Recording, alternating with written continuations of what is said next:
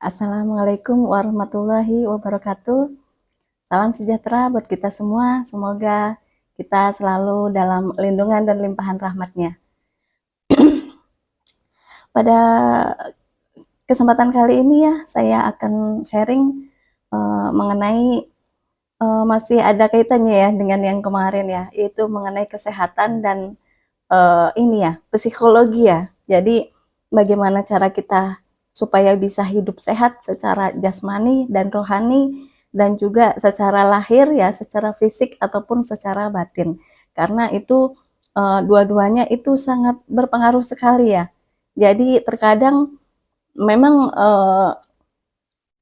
mungkin kalau kita lihat secara sepintas itu nggak ada hubungannya ya psikologi dengan kesehatan, tetapi sebenarnya kalau kita melihat, mempelajari lebih dalam itu sangat erat ya, karena hampir, eee, ya mayoritas ya, kalau kita melihat dari sisi penyebab suatu penyakit, ya penyakit fisik ataupun jasad kita, nah itu, tidak terlepas dari ini ya, dari kolbu atau dari hati. Nah, seperti itu penyebabnya kayak gitu. Karena itu kaitannya dengan psikologi ataupun dengan perbuatan ya. Karena semua itu juga sudah dijelaskan ya di dalam Al-Qur'an ya bahwa eee ya dijelaskan penyebab penyakitnya apa, sakitnya apa, terus solusinya itu bagaimana.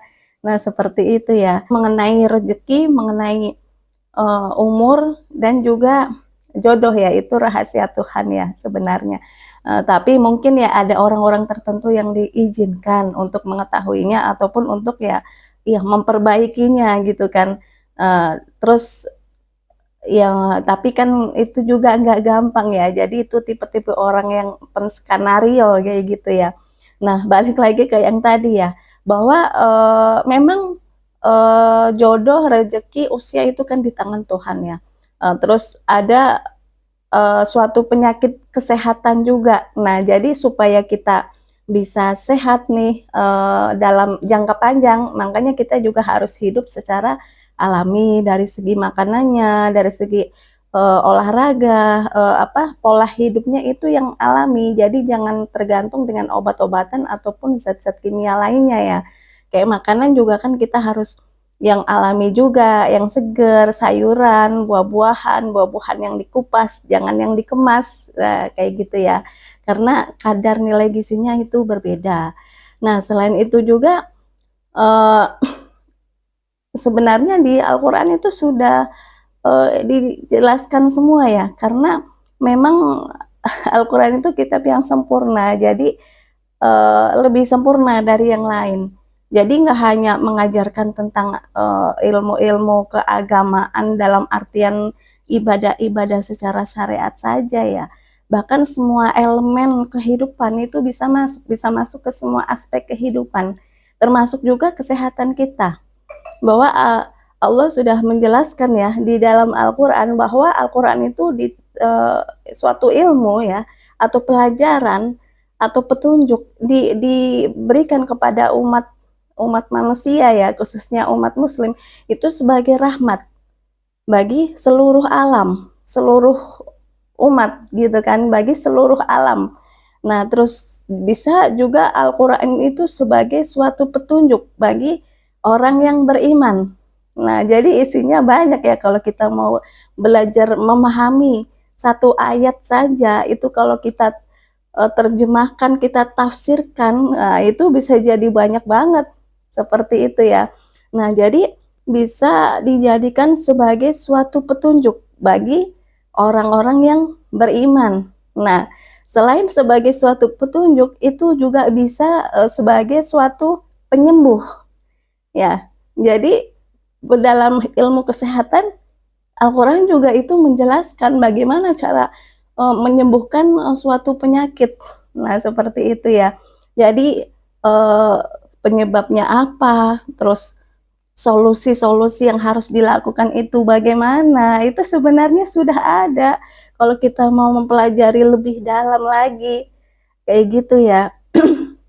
Jadi Al-Quran itu bisa sebagai rahmat bagi seluruh alam, nggak hanya alam manusia, termasuk alam-alam yang lain juga, bisa sebagai petunjuk ya, supaya hidup kita itu tidak tersesat atau tergelincir atau tidak apa ya, iya, di jalan yang semestinya seperti itu, sebagai petunjuk bagi orang yang beriman, yang mengimani. Nah, sebagai penyembuh kalau kita misalkan menderita suatu penyakit apa, cobalah kita belajar Al-Quran lebih dalam bahwa itu sebagai suatu penyembuh atau sebagai obat. Ya, Al-Quran itu bisa dijadikan sebagai suatu penyembuh ataupun sebagai suatu obat loh. Kayak gitu. Jadi nggak hanya, ya maaf ini ya. Jadi kita harus ini ya, uh, belajarlah untuk lebih memahami lebih dalam ya, dan ditafsirkan Al-Quran. Kalau untuk kita pakai itu harus ditafsirkan ya, jangan hanya dimakan mentah-mentah, itu wajib ditafsirkan. Nah terus sebagai suatu penyembuh, nah di situ juga dijelaskan ya bahwa di dalam tubuh manusia itu ada segumpal daging ya. Jika daging itu bagus, maka baiklah seluruh tubuh. Jika daging itu jelek, maka jelek seluruh tubuh. Itu adalah hati. Nah, kenapa kaitannya dengan hati? Karena mayoritas ya, sebenarnya hampir 90% penyakit yang yang dialami secara fisik ya, semua jenis penyakit yang secara zohir kita, fisik jasad kita, itu awal mulanya itu adalah hati dan pikiran. Nah seperti itu ya. Jadi kita balik lagi, makanya ada ini ya, pengobatan yang melalui klinik hati ya, bagaimana cara mengelola hati supaya sehat, sehingga badan kita juga akan sehat juga. Nah seperti itu. Nah jadi penyakit itu juga ada kaitannya dengan ini ya, akhlak ya. Kayak misal nih contoh penyakit hipertensi gitu kan, darah tinggi, penyakit stroke, penyakit jantung ya, jantung koroner atau pembuluh jantung apa, pembengkakan. Nah, itu juga tidak terlepas dari hati, dari akhlak, dari perbuatan. Nah, penyakit-penyakit yang itu ya, kayak misal kanker gitu kan, sekarang kan banyak ya. Penyakit kanker itu sebenarnya dari ilmu kedokteran itu nggak ada obatnya gitu. Jadi kita kalau terkena kanker ya, misal seumpama contoh ya, kita sih nggak menginginkan ya.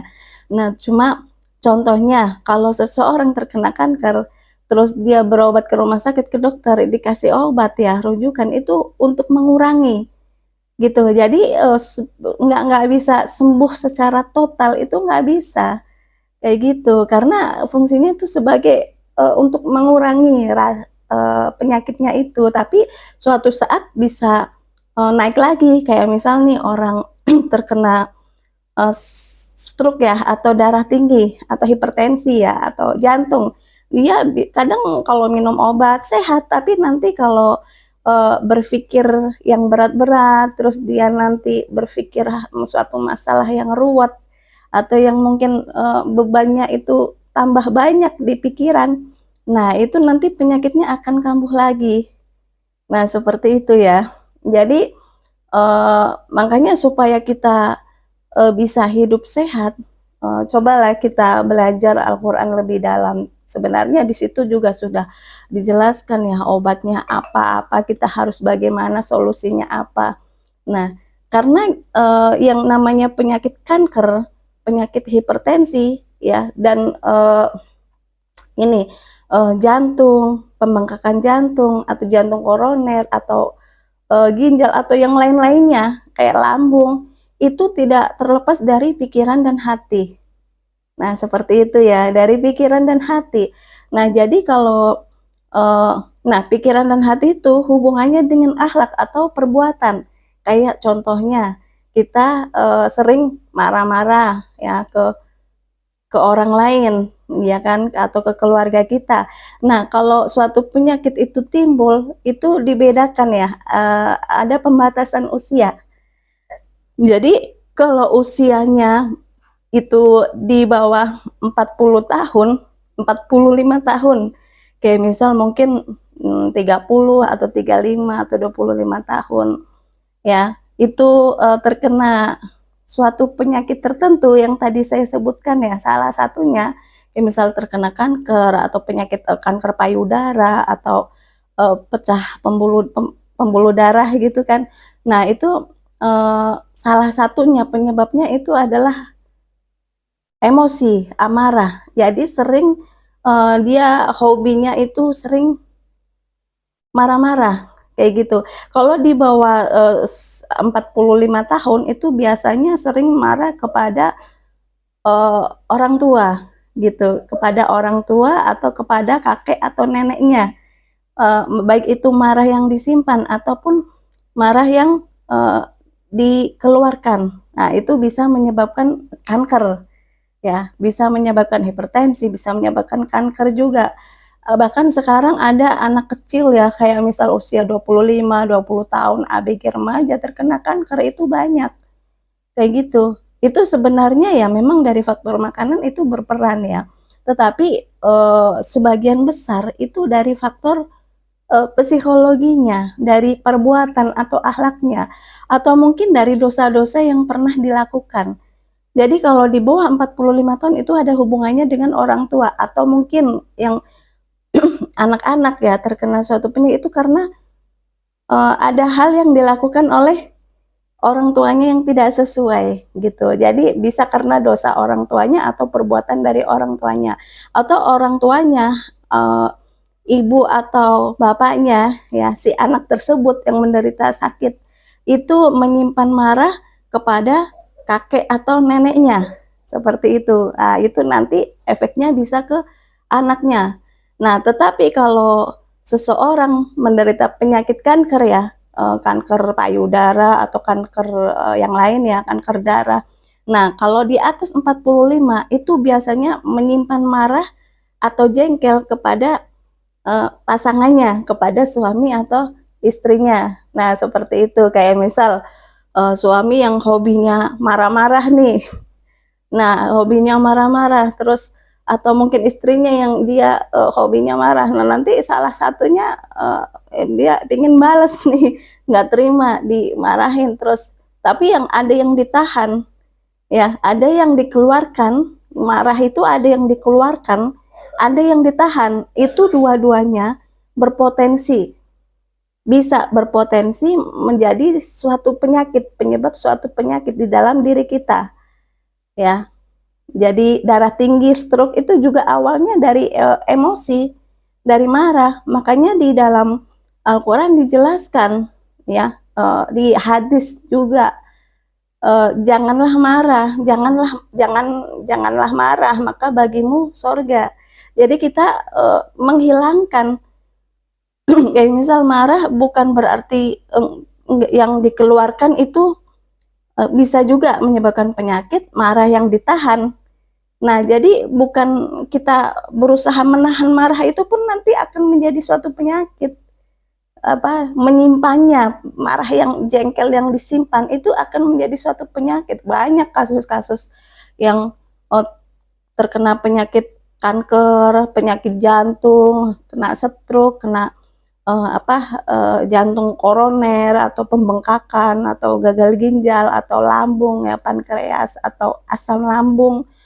Nah, itu juga dari emosi ya, karena nggak bisa mengendalikan emosi. Jadi marah itu harus apa namanya tuh, dinetralisir, dihilangkan, kayak gitu. Nah, janganlah marah, maka bagimu surga. Nah, jadi itu harus dinetralisir, bukannya ditahan, disimpan. Karena marah yang disimpan itu juga bisa berpotensi uh, menyebabkan suatu penyakit tertentu. Nah, seperti itu. Kayak misal mungkin kita seseorang ya sering ngomel-ngomel ke orang, dia mungkin duitnya banyak, terus dia lebih kaya raya dibanding yang lain, terus status ekonominya ini ya, pokoknya dari segi duniawi dia lebih, makanya dia sombong, terus terus apa nggak suka menghina dan orang lain, meremehkan orang lain, menginjak-injak orang lain. Nah, itu suka marah-marah ke orang lain. Nah, itu apa? Maka itu juga akan menyebabkan suatu penyakit. Marah kepada siapapun itu bisa menyebabkan suatu penyakit. Kayak gitu, penyakit kanker. Ya banyak ya penyakit-penyakit yang disebabkan karena ini kalau marah, kalau stroke itu kan juga bisa penyebabnya ya itu tadi karena hobinya itu emosi, nggak bisa mengendalikan emosi. Nah, jadi makanya kita harus belajarlah, berlatih menjadi orang yang sabar dan ikhlas. Karena apa? Karena supaya diri kita itu sehat, kayak gitu. Kalaupun ada orang yang jahat ke kita, ada orang yang memfitnah atau menuduh yang enggak atau menyebarkan gosip yang enggak benar, yang enggak sesuai dengan realita dan kenyataan, atau yang tujuannya apa ya namanya, menyerang kita ya dengan fitnah atau tuduhan yang palsu ataupun apa, ya istilahnya ya kita biarin aja. Kalau dalam istilah orang Jawa ya orang seperti itu nggak perlu kita ladenin ya. Jadi ada hal-hal yang harus kita fokuskan lagi daripada kita meladenin orang seperti itu. Karena kalau kita ladenin ya itu akan menguras waktu kita, pikiran kita, hati kita. Juga hati kita akan terluka, itu ngefek ke kesehatan kita. Dan juga waktu kita juga jadi harusnya berpikir yang lain yang lebih penting, jadi memikirkan orang tersebut. Nah, seperti itu ya. Nah, makanya itu penting sekali ya, kalau di dalam istilah Jawa, kalau kita dijailin orang, kita dijahatin sama orang, itu ya pertama kita harus ngalah dulu. Nah, itu banyak manfaatnya dari sisi kesehatan, dari sisi pikiran, dari sisi energi juga, itu bagus banget. Kalau ada orang jahat ke kita ya, kita pertama kita ngalah dulu, ya. Nah, kita ngalah dulu. Yang kedua, kalau ngalah, kita sudah mengalah. Mengalah bukan berarti kalah, ya kan? Kalau di dalam leluhur kita kan memang ini ya, ilmunya tinggi dan halus gitu kan. Jadi sangat sangat halus gitu. Jadi ya memang sulit ya dijelaskan ya. Jadi kita mengalah dulu kalau ada orang jahat ke kita, biarin aja. Tapi kalau kita pertama kita udah mengalah, yang kedua tapi mereka masih tetap jahat ke kita, masih tetap jahil ke kita. Nah, yang kedua itu kita ngalih, ya kan? Mengalah. Mengalah bukan berarti kalah. Terus kita ngalih, kita menghindar, ya kan? Daripada nanti rame ataupun nanti terjadi sesuatu hal yang tidak diinginkan. Bukan kita menghindar bukan berarti kita penakut atau pengecut ya. Kita bisa menghadapinya. Tetapi kan ya buat apa manfaatnya? Nggak ada kan, itu hanya menambah pikiran, menambah ini aja, menguras waktu kita dan menambah pikiran kita yang harusnya buat berpikir lain yang lebih penting, ya kan, seperti itu. Jadi yang kedua kita harus ini ngalah. Yang pertama mengalah dulu, yang kedua ngalih, menghindar. Nah, kalau kita sudah menghindar tetapi dia masih tetap ngotot menyerang kita padahal kita di posisi yang benar, nah yang ketiga baru kita mengolah. Nah, baru kita mengolah. Ya, mengolah juga itu ada caranya ya. Karena yang pertama kita mengalah, sudah mengalah meskipun posisi kita benar, tapi ya kita nggak apa-apalah mengalah karena mengalah bukan berarti kalah, ya kan. Yang kedua kita berusaha ngalih atau menghindar. Bukan berarti kita pengecut karena nggak perlu ngeladenin orang seperti itu. Hanya yang akan menguras waktu dan pikiran yang harusnya kita fokus ke yang lain yang lebih penting. Nah, akhirnya kan terforsir di situ nanti untuk hal-hal yang nggak ya seharusnya nggak begitu kita pikirin ya, karena Tuhan itu kan adil ya, Al-Hakim. Apa yang dilakukan baik itu kebaikan kejahatan ya akan berbalik ke dirinya sendiri. Nah, kita harus yakin dan percaya itu bahwa Tuhan itu adil. Nah, yang kedua harus ngalih, kita menghindar, ya. Nah, yang ketiga, kalau kita masih tetap dijailin, kita masih tetap dijahatin, kita masih tetap diserang, ya, padahal kita posisi benar, kita harus mengolah. Mengolah ini banyak caranya ya. Baik kita mengolah rasa kita, mengolah pikiran kita, mengolah batin kita, mengolah segala sesuatu yang memang perlu dan harus diolah. Ini mengolah. Nah, kalau kita mengolah masih tetap aja diserang, nah baru yang keempat, kita melangkah maju ke depan. Nah, jadi ada beberapa proses ini kalau dari leluhur kita ya, nenek moyang kita itu diajarin seperti itu. Jadi ya suatu pertengkaran atau ya permusuhan kalau bisa dihindari ataupun diredam ataupun ada jalan musyawarah ataupun kebaikan, ya kita meminimalisir itu ya, jangan mudah untuk mencari musuh. Nah, seperti itu ya ibaratnya. Nah, terus seperti itu di dalam Islam, Al-Qur'an pun diajarkan seperti itu. Ya. Jadi yang pertama kita ya sabar dan ikhlas, itu udah berusaha kita latihan. Nah, yang kedua yang yaitu tadi ya ada beberapa proses. Yang pertama, kalau kita dijailin orang, dijahatin orang atau difitnah, ya kita diemin aja. Karena diam itu juga banyak mengandung unsur ini ya. Ada 7 makna yang tersimpan, ada 7 hal-hal kekuatan energi yang tersimpan di dalam diam itu. Bahwa diam itu merupakan suatu senjata. Nah, di video kemarin ada ya, makanya diam itu merupakan suatu senjata. Ada 7 hal yang ada nilai tersimpan di dalam diam itu ya. Nah, itu lain lagi ya pembahasannya ya. Jadi kita pertama itu kita mengalah dulu. Kalau kita mengalah masih dijailin, masih dijahatin, kita mengalih atau menghindar. Menghindar masih tetap diserang padahal kita posisi benar, kita mengolah. Nah, setelah mengolah juga masih tetap mereka jahat ke kita, barulah kita maju, melangkah. Nah, itu sudah pasti mereka kalah. Kalau kita udah menjalani hal seperti itu ya. Nah, itu dijelaskan juga di dalam Al-Qur'an bahwa sesungguhnya Allah itu beserta orang-orang yang sabar. Gitu. Jadi kita belajar jadi orang sabar itu memang nggak mudah, karena orang sabar itu ya ada ilmunya. Kalau kita nggak ada ilmu untuk menjadi orang sabar, ya sulit. Jadi sesungguhnya mengalah itu pun juga merupakan bagian dari orang yang sabar ya. Nah, di dalam sabar itu sebenarnya itu ada energi yang dahsyat, yang luar biasa di dalam kesabaran itu. Mungkin secara fisiknya, penakut, nggak berani, cemen misal, memang kamu yang salah makanya kamu nggak berani, kan seperti itu biasanya kan dari pihak lawan.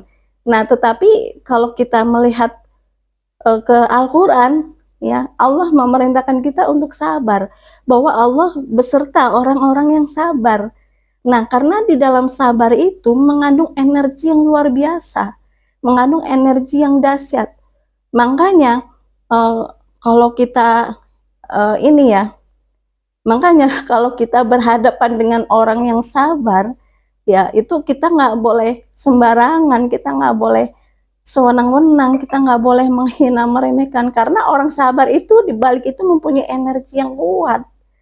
Kayak gitu, kalau orang sabar itu sudah mengolah, sudah mengalah, sudah mengalah, sudah menghindar, ngalah, ngalih, menghindar, terus sudah mengolah, ya apa yang harus diolah dan perlu harus. Nah, itu kalau sudah melangkah maju ke depan, udah pasti dia yang menang, karena Allah itu beserta orang-orang yang sabar. Nah, di dalam kesabaran itu pun itu kaitannya dengan hati, ya kan? Maka hati kita pun akan sehat, fisik kita, jasad kita akan sehat. Orang-orang seperti itu biasanya juga jarang ya terkena penyakit yang berat-berat gitu kan. Nah, biasanya orang masyarakat sekarang yang terkena penyakit yang berat-berat itu karena mereka nggak bisa bersabar. Jadi kalau ada orang jahil ke kita, kita ingin berusaha ngebales gitu kan. berusaha, naik darah gitu kan. Nah jadi, makanya di situ ya baik itu yang benar yang salah yang mana, kalau namanya terpancing emosi, ya emosi itu bisa menyebabkan, eee penyakit di dalam diri kita. Makanya kita, eee, disuruh oleh Allah ya, diajarkan ya, di dalam Al-Quran belajarlah jadi orang yang sabar, karena Allah itu beserta orang-orang yang sabar. Nah, seperti itu ya. Jadi di dalam kesabaran itu pun juga merupakan suatu obat bagi penyakit tertentu. Jadi ada sakit-sakit yang memang dia disebabkan mungkin oleh perbuatannya. Nah, itu dengan sabar dan ikhlas, penyakitnya itu bisa berkurang, bisa sembuh bahkan. Nah, bisa bisa dengan sabar dan ikhlas, bisa dengan bersedekah, rajin bersedekah, karena dengan bersedekah itu juga menghasilkan energi tertentu yang bisa untuk mengobati suatu penyakit yang mungkin divonis dokter tidak akan sembuh, dengan bersedekah bisa sembuh. Bisa menghindarkan kita dari hal-hal yang negatif, kayak misal musibah atau bencana atau hal-hal negatif yang nantinya akan terjadi di dalam kehidupan kita, itu bisa dinetralisir oleh sedekah itu, bisa dihindarkan gitu loh, dari sedekah kita itu, terutama dengan fakir miskin, anak yatim dan orang-orang yang membutuhkan. Nah, itu manfaatnya juga sangat besar sekali ya dari sedekah itu. Nah, jadi untuk kita, hidup sehat ya, kita harus benar-benar menjaga hati dan pikiran kita, supaya fisik kita sehat.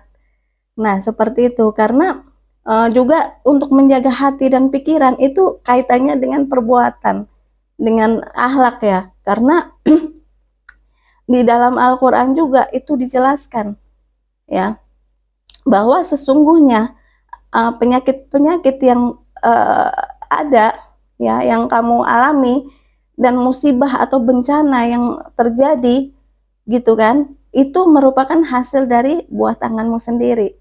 Kayak gitu, bisa karena dosa-dosanya, bisa karena kesalahannya ke orang lain, bisa karena sifat amarah tidak bisa menahan emosi, dikit-dikit marah, apa marah yang tidak seharusnya, marah yang berlebihan, atau dia menyimpannya karena ada suatu masalah dengan keluarganya, dengan suami atau istri, atau dengan orang tuanya, atau dengan saudaranya, tapi nggak disampaikan marah itu, tapi malah dipendam atau disimpan. Nah, itu juga bisa menyebabkan suatu penyakit, bisa kanker, bisa jantung, hipertensi.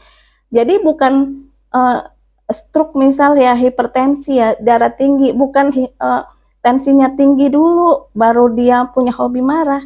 Tapi sebelum dia terkena penyakit, hobinya sudah punya hobi marah. Nah, jadi ini ya, kita kalau ingin sehat ya belajar bersabar, belajar ikhlas. Nah, karena dengan itu kita bisa meredam amarah kita, gitu ya. Bahwa memang ya setiap manusia itu memang punya amarah ya, karena itu kita punya 4 jenis nafsu ya.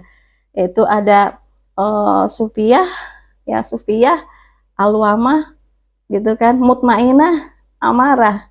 Nah, jadi amarah itu setiap orang ada, tetapi amarah itu ya hendaknya dirubahlah menjadi suatu bentuk semangat di dalam kehidupan kita ya. Jadi, janganlah marah maka bagimu surga. Nah, terus, kayak, usia, kayak suatu penyakit, itu juga bisa dijelaskan juga di dalam Al-Quran bahwa sesungguhnya ya, yang tadi kan ada juga ya, karena itu hasil dari buah tanganmu sendiri, dari dosa-dosa dan perbuatanmu sendiri, ya kan, karena Allah tidak akan merubah nasib suatu kaum kecuali kaum itu merubahnya sendiri. Nah, itu juga ada. Nah, di situ juga kalau kita tafsirkan ya nyambung ya dengan terjadinya suatu penyakit, kayak penyakit kanker, kanker payudara, kanker darah, jantung, gitu kan. Terus pecahnya pembuluh otak, pembuluh darah otak, itu juga disebabkan dari hobinya jengkel atau marah. Nah, seperti itu. Nah, jadi juga selain itu juga Al-Quran dijelaskan, belanjakan sebagian hartamu di jalan Tuhan, di jalan kebenaran untuk infak, sedekah, sodakoh, ya. Terus jangan menjerumuskan dirimu di dalam kebinasaan. Nah, janganlah kamu menjerumuskan dirimu di dalam kebinasaan dengan perbuatanmu sendiri. Gitu. Nah, di situ juga itu ada hubungannya dengan suatu penyakit.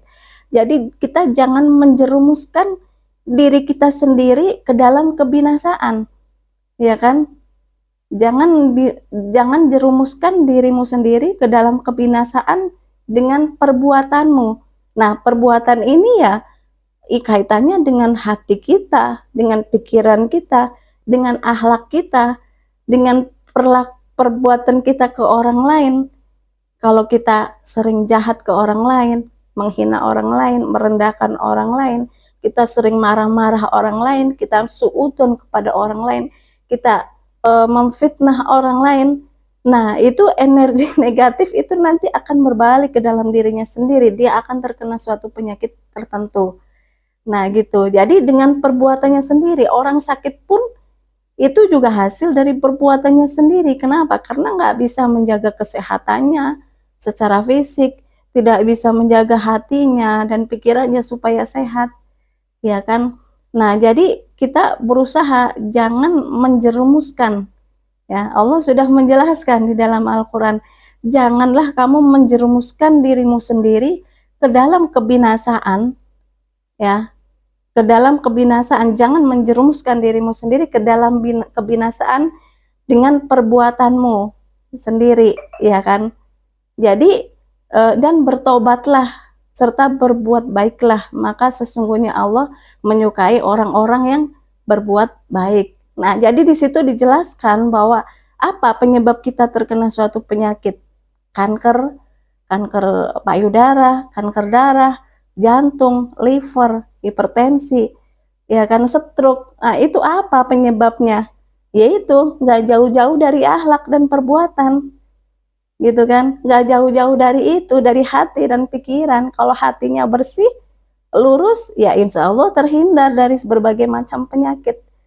Tapi kalau kita sering hobinya marah-marah, ngomel, jahil ke orang, jahat ke orang, nah itu juga nantinya ya itu menjerumuskan dirimu sendiri. Janganlah menjerumuskan dirimu sendiri ke dalam kebinasaan, ya kan? Jadi kalau Allah sudah memberikan sinyal di dalam diri kita ada suatu penyakit, maka apa? Kita harus introspeksi. Apa perbuatan kita? Apa dosa kita?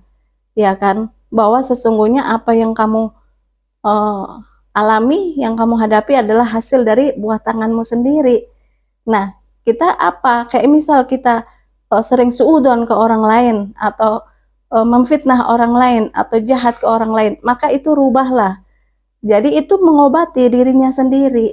Dengan apa? Dengan kita kembali lagi lah ke ajaran Al-Quran. Bahwa di situ dijelaskan kalau kita marah-marah itu bisa mengurangi, bisa mengakibatkan penyakit. Maka kurangilah marah itu, redam.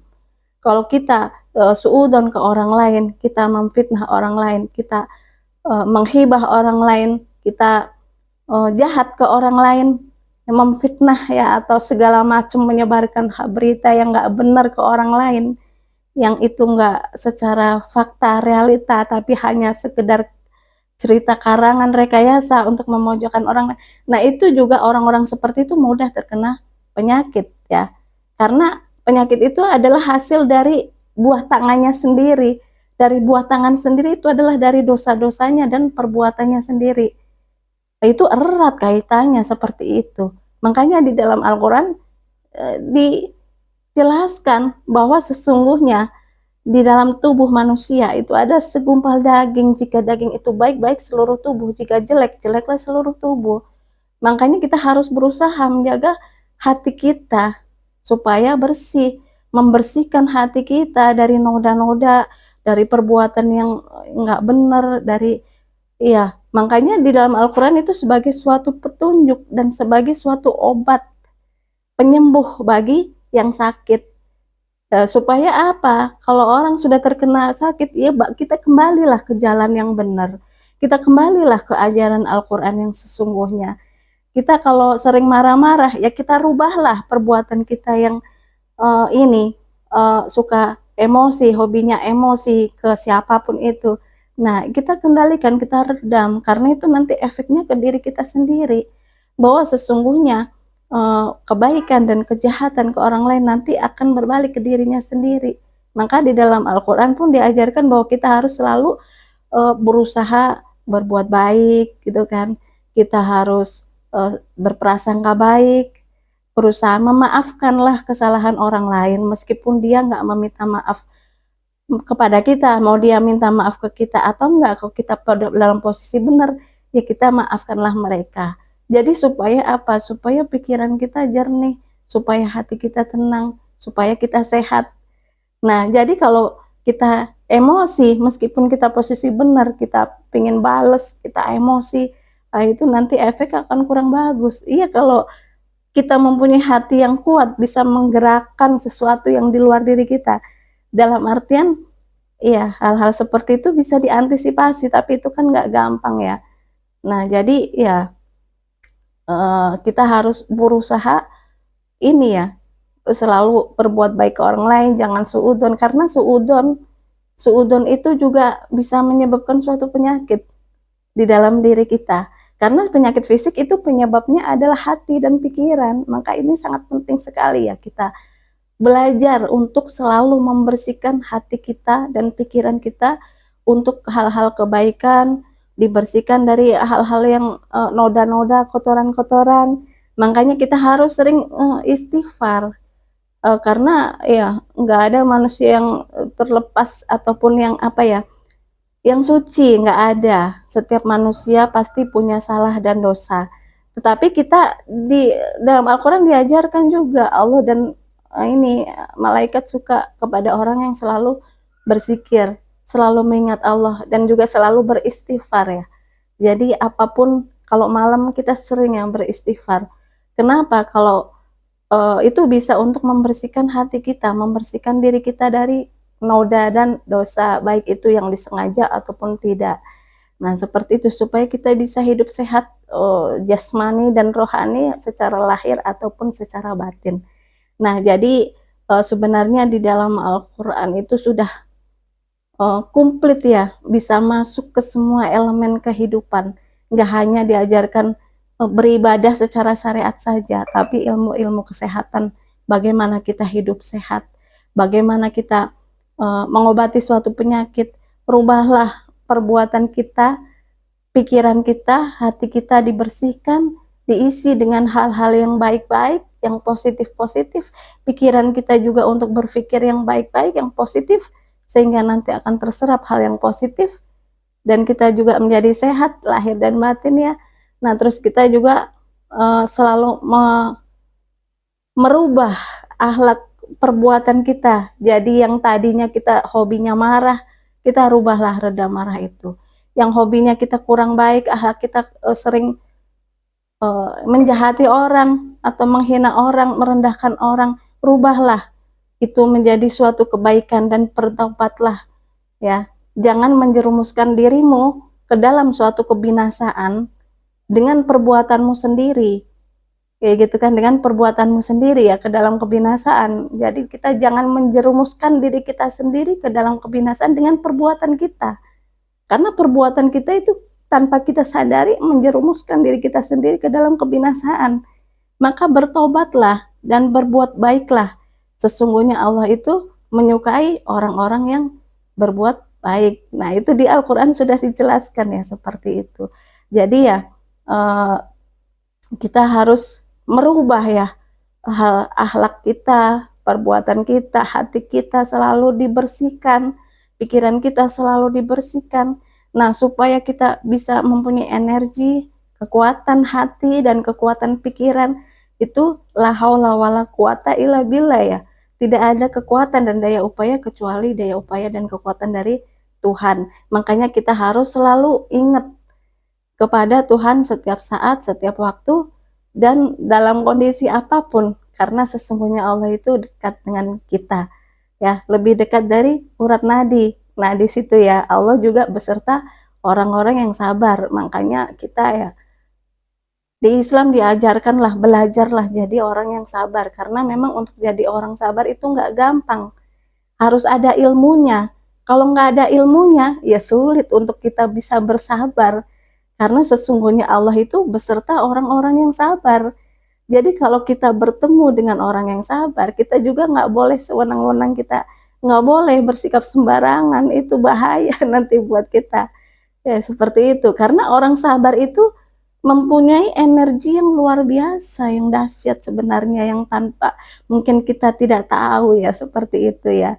Nah, jadi mungkin sementara itu ya yang saya sampaikan pada kesempatan kali ini ya. Semoga bisa bermanfaat buat kita semua. Mohon maaf jika ada kekurangan dan kesalahan. Wassalamualaikum warahmatullahi wabarakatuh.